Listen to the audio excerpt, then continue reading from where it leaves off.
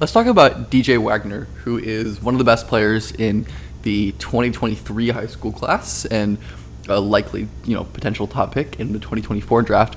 And he sits up at the top for me because of his just insanely special advantage creation. I value that so much, as you'll probably know if you follow this channel. And DJ's combination of handle, speed, and change of pace is just unbelievable. Like, the ability to stop on a dime and burst into a hole like that at such a high speed is really rare. And he can just string together moves endlessly until, he ends up lulling a defender to sleep with his, countless crossovers and behind the backs and different hesitations before blowing by a defender and getting to a spot. But DJ isn't perfect on the ball, and I think his profile is really interesting. He's definitely flawed, and I think his flaws and his strengths kind of surround an interesting discussion about advantage creation and how to optimize it and how to look at development. DJ, he's just kind of out there doing stuff. Like, I mean this in like the nicest way possible because it works. But I feel like a lot of his stuff is kind of just like aimless handling, just like ball is life mixtape dribbling, where he's not really trying to create, or even if he does create just by happenstance, he's not really trying to capitalize on his advantages, which we'll get to. Plays like this where he's kind of dribbling, and obviously he hits an open trail there.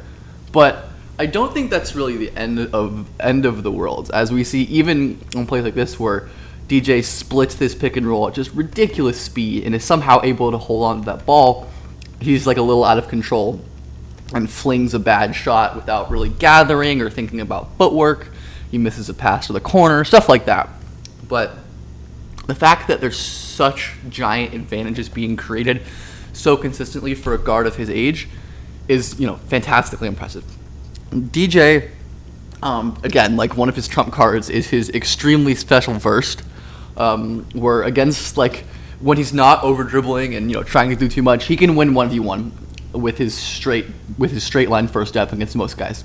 Like, there are a few high school defenders, AAU defenders, who can stop him, and that arguably becomes even more deadly off the ball. And I definitely think we should be thinking about advantage creation not as a synonym for on-ball equity, for isolations, for pick and rolls, because there's so many ways to generate advantages. And DJ's incredible burst, like, look how fast he accelerates, gets downhill, forces a rotation, and ends up finding a shooter. Like, that is advantage creation, and that is super valuable, even if it doesn't come from an on-ball play. These little curl screens that Scholars runs for DJ are just deadly. You get him working downhill off of an off-ball advantage, and there's just no stopping him with his speed, ability to knife through the defense, and his touch. Like, there's really nothing you can do.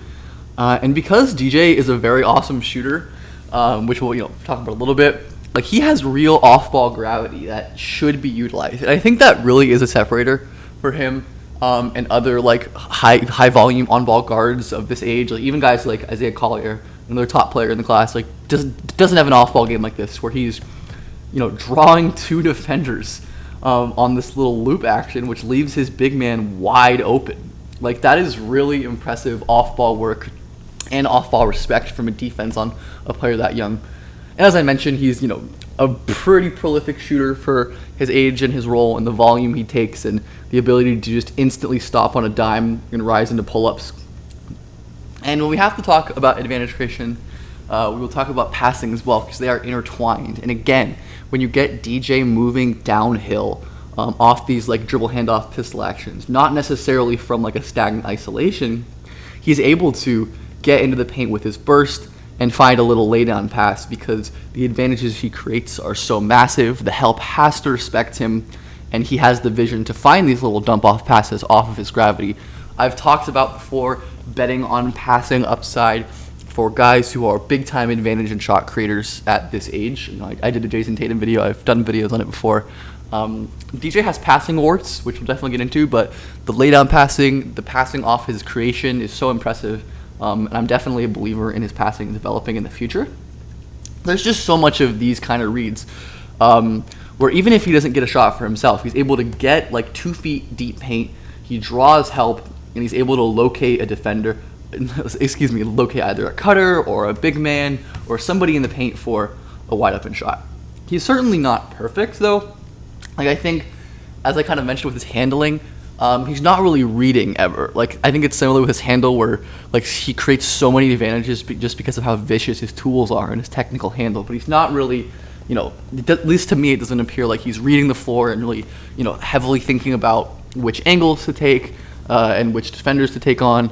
And a lot of that applies in his passing too. He's very much like a one-read passer, as they kind of have like a set play here for like this little corner flare, but he has his rolling big man who's bigger and taller and stronger than everyone else pretty wide open. And there are a lot of kind of little misses like that for DJ where there are better reads available. But all of these weaknesses for DJ are like pretty nitpicky. Like they matter in terms of his on-ball equity. Like the process has to improve.